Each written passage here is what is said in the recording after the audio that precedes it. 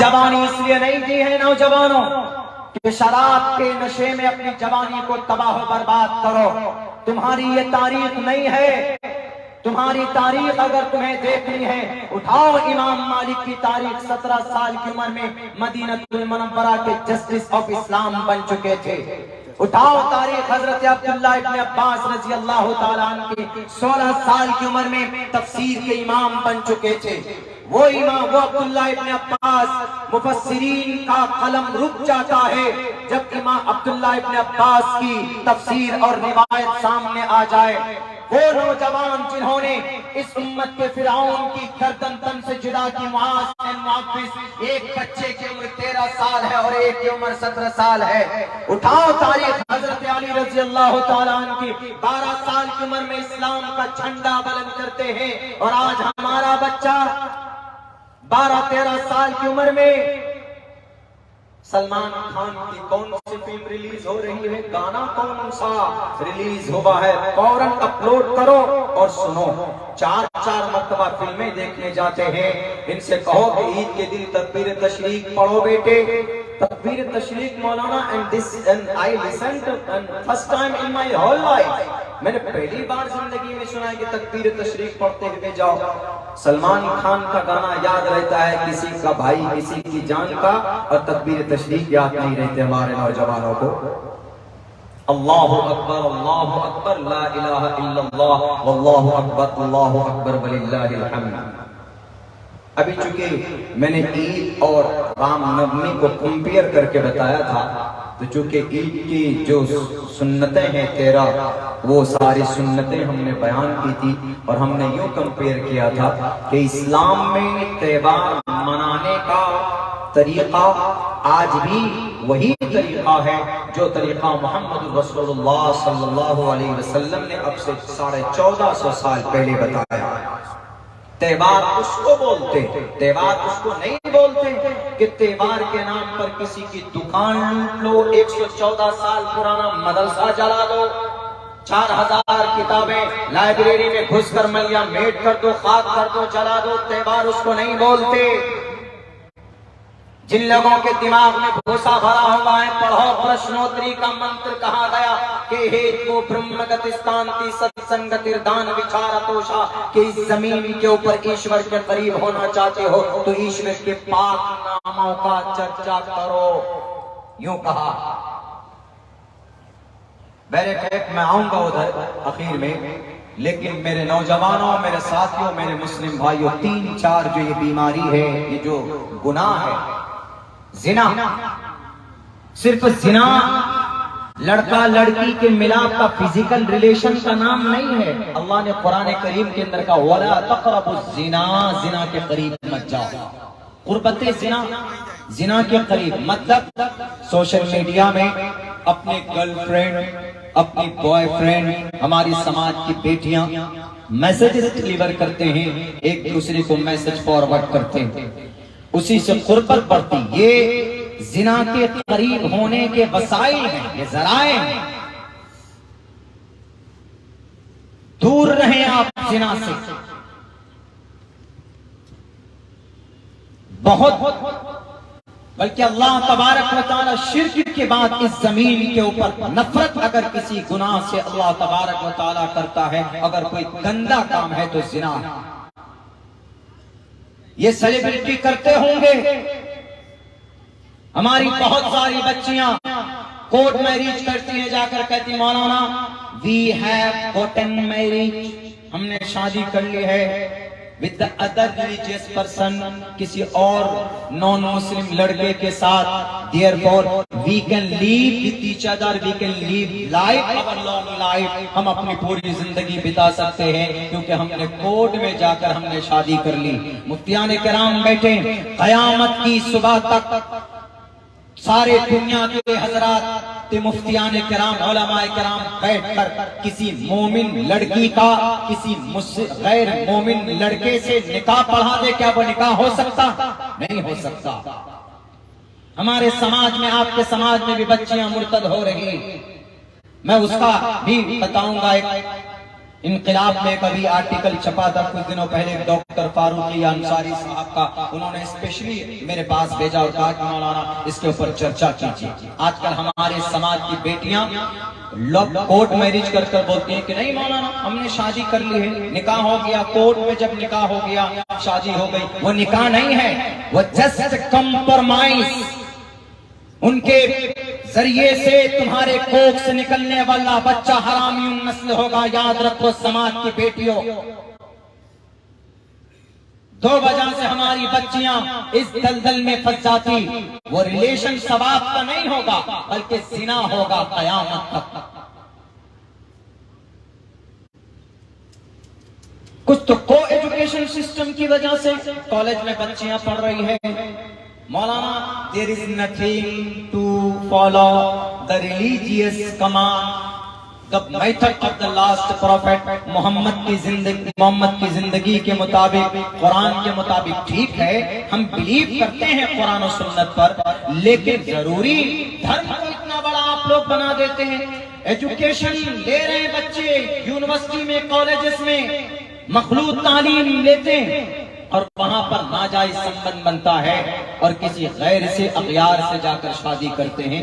या तो लिबरल मखलूत तालीम की वजह से वो बच्चियां मुर्तद हो जाती, या गुर्बत की वजह से वो बच्चियां अगयार से शादी करती है। गुर्बत की वजह से अभी जो भिवंडी मुंबई का मामला सामने आया,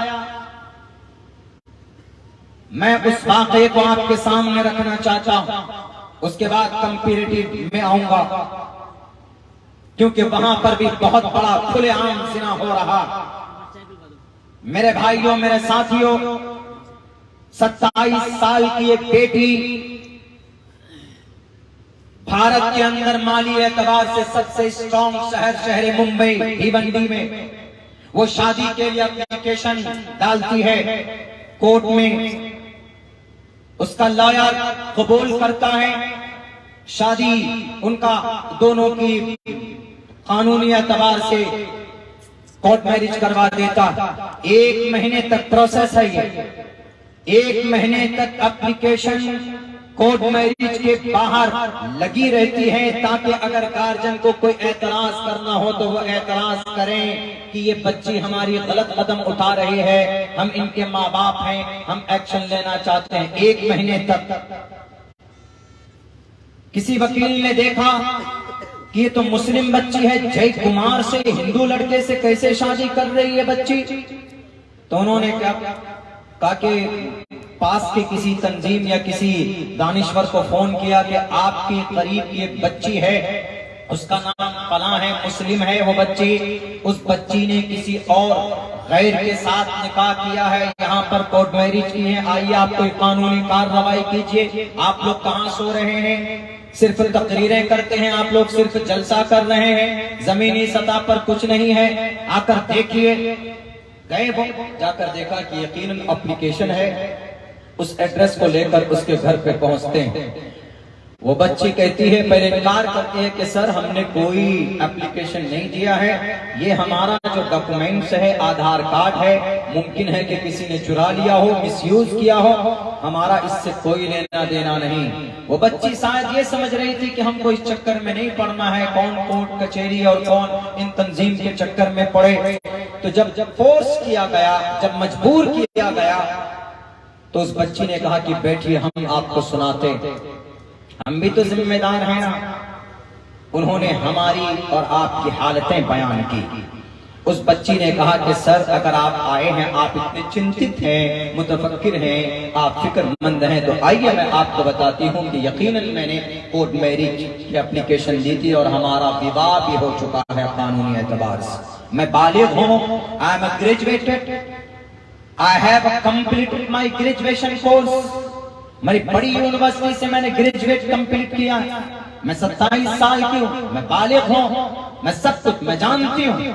उन्होंने कहा कि मुर्तद के बारे में भी तो जानते हो ना, इर्तिदाद का उसकी क्या सजा है मरने के बाद। उन्होंने कहा कि सर मैं वो भी जानती हूँ और मेरे इर्तिदाद की वजह क्या है वो भी मैं जानती हूँ, और आपकी क्या जिम्मेदारी थी वो भी जानती हूँ।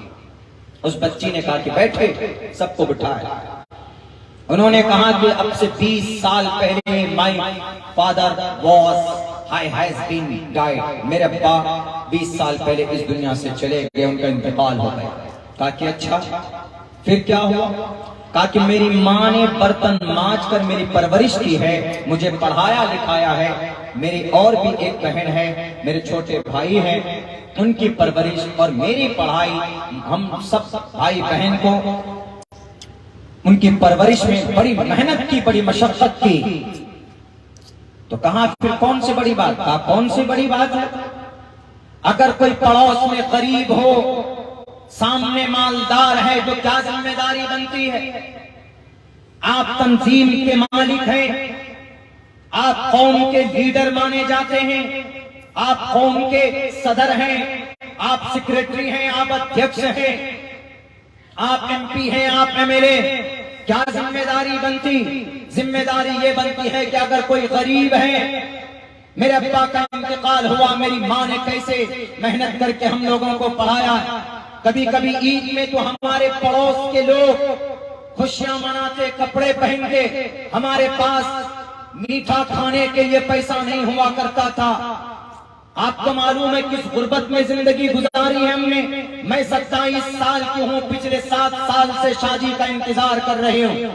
कोई आएगा, कोई दीनदार आएगा, हमसे निकाह करेगा, मेरी जिंदगी बच जाएगी, मेरा घर बच जाएगा। लेकिन आज तक जो भी आया चौखट पर कंडीशन पहले रखता था कि 5 लाख रुपए कैश चाहिए, लड़का ये है, लड़का वो है, और फिर जहेज में ये लेंगे वो लेंगे। मैं कहां से, मेरी माँ तो 2 वक्त की बड़ी मुश्किल से रोटी का इंतजाम कर पाती है, मेरे घर में कोई कमाने वाला नहीं है। क्या इस्लाम में ज़कात किन लोगों के लिए, इस्लाम में सदक़तुल फित्र किन लोगों के लिए?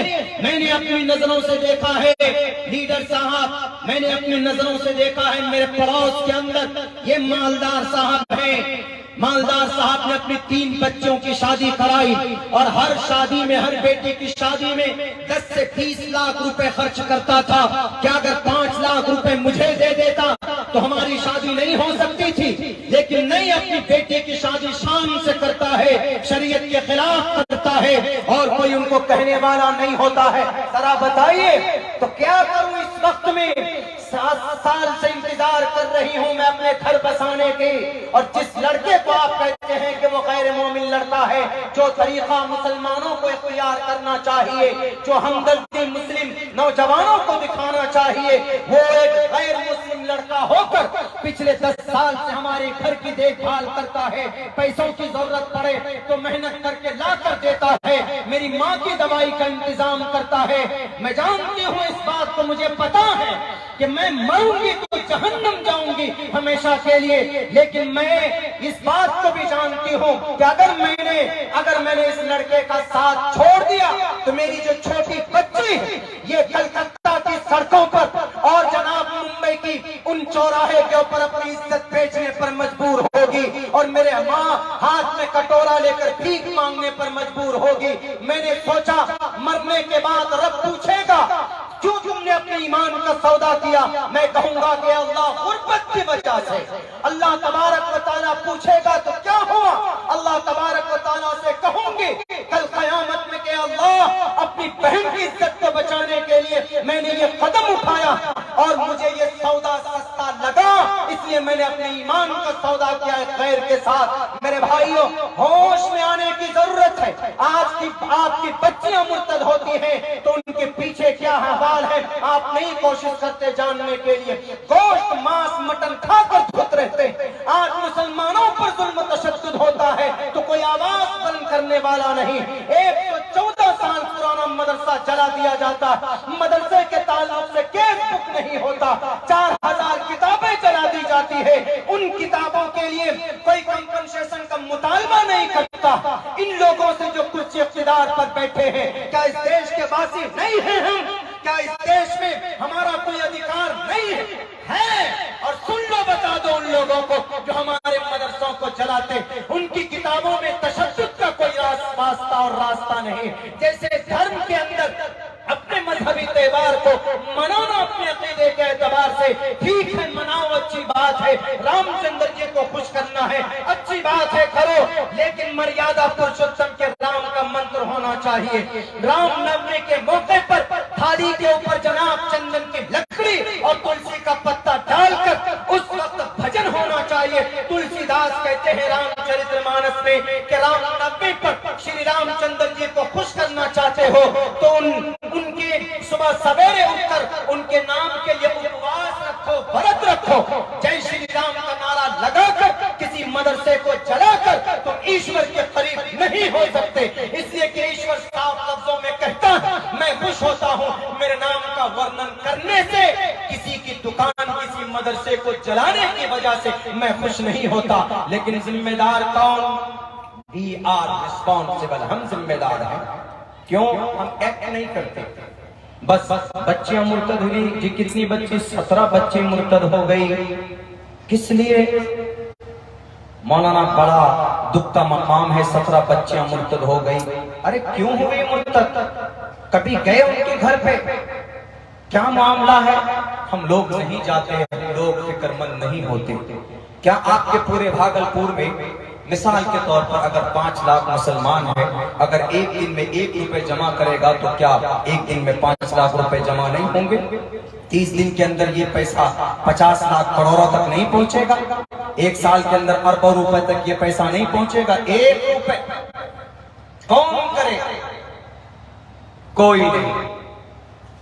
अगयार से सबक लेने की जरूरत है।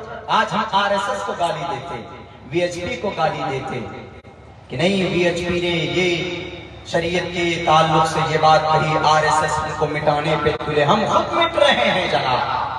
नमाज पढ़ने के लिए कौन मना किया? आरएसएस वाले ने मना किया कि नमाज मत पढ़ो। मेरे सामने गाड़ी रोकने वाला वो नौजवान इतना बदकिरदार कैसे हो सकता है?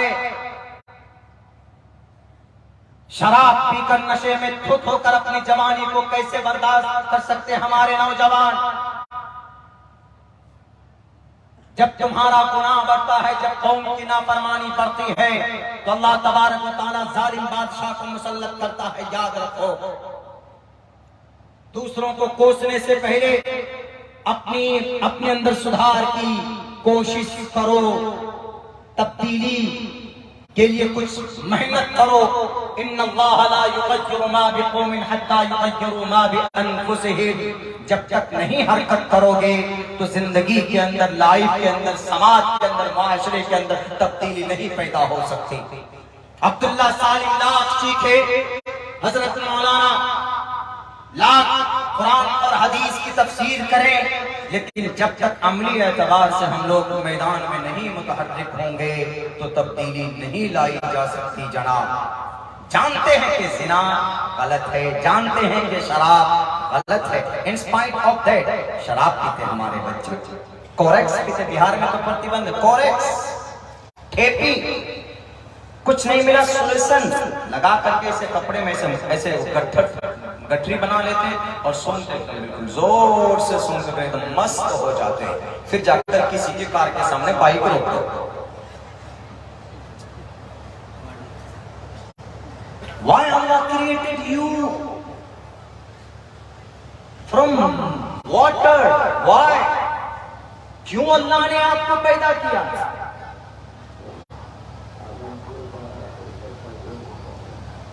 जिब्राइल अमीन के आने का जमाना गया, तकरीर के जरिए, तहरीर के जरिए आपके बीच में इस्लाम की जो बात आती है, मुसलमानों हम सब मिलकर उस पर अमल की कोशिश करें। नहीं, हाँ, कोई अगर आपकी शरीयत पर किसी बात पर एतराज करता है, मिसाल के तौर पर अभी कुछ दिनों पहले वो 24 जो आयत है कुरान करीम में, उसके ऊपर किसी ने लिगेशन से लगाया, देखिए मौलाना आपके कुरान में ये बातें लिखी गई है, ये बात कही गई है, हमें दुश्मन माना गया है। वही एक आयत है, 24 आयत है जिसको निकालने की बात की जा रही है, उनमें मैं कम से कम 12 आयत तक पहुंचा हूं उनकी किताबों के हवाले से कि भाई इन 12 आयत को ये जो गलत कह रहे हैं, सेम उनसे ज्यादा तशद्दुद उनकी किताबों में है। फकुलू मिम्मा गनिमतुम, क्या तर्जुमा करेंगे?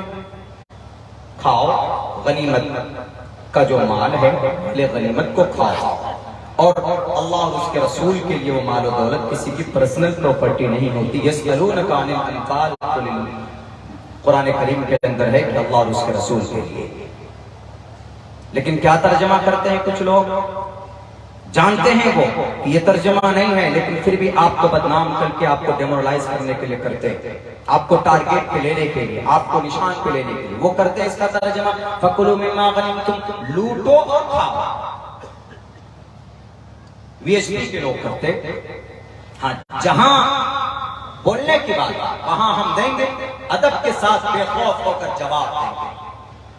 नहीं कुरान से समझेगा, उनकी किताब पढ़कर समझाएंगे कि कुरान पर आपको एतराज करने का कोई हक नहीं है, because and this message has been and had been written in your authentic books. Atharvaveda के अंदर लिखा गया कि तुम दौलत जो मिल जाए किससे, राक्षस से, शत्रु से, शत्रु के मुकाबले में उनसे मुकाबला करने के बाद जो दौलत तुमको मिले उनको तुम आपस में विभाजानी खाओ। तुम तूरियत रुशतह फकुलू मिम्मा गनिमतुम का सेम तर्जमा, तुम तूरियत रुशतह, अपने दुश्मन को मारो, अपने शत्रु को मारो, उसके बाद फिर उनकी जो दौलत है, उनका जो माल है, उस माल को अपने कब्जे में ले लो। यही मतलब है फकुलू मिम्मा गनिमतुम का। ये तर्जमा, ये मंत्र सिर्फ वीएचपी के लोगों के लिए, या जो 24 आयत का गलत तर्जमा करते। लेकिन जहां जो कमी हमारे अंदर है, जैसे वो लोग शराब के ताल्लुक से बोलते हैं, ईद के दिन खुशियां मनाने के बाद खुशियां मनाए, कोई दिक्कत नहीं, नो प्रॉब्लम, लेकिन उस दिन डीजे बजाना, गैर महरम लड़कियों को बाइक पे बिठाकर पिकनिक में चले गए, शॉपिंग में चले गए, सिनेमा हॉल में चले गए,